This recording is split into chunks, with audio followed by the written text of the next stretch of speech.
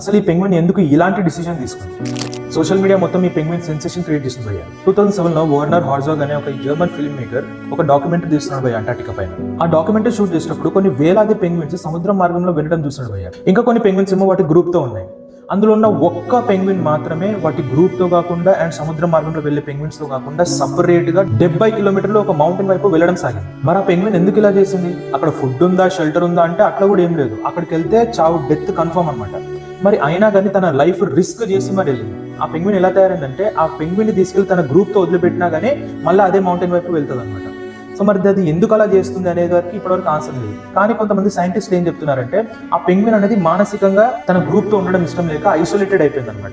మరి వాటికి కూడా మెంటల్ హెల్త్ అనేది ఉంటుంది అంటే 100% ఉంటుంది. ప్రతి యానిమల్ కూడా ఒక మెంటల్ హెల్త్ అనేది ఉంటుంది. మరి అలా వెళ్లే దారిలో తన డెస్టినేషన్ వరకు ఏమైనా రీచ్ అయిందా అంటే లేదు, మధ్య దారిలో చనిపోయింది. చనిపోతుందని తెలిసినా గానీ తన లైఫ్ ని రిస్క్ చేసి మరి వెళ్ళింది.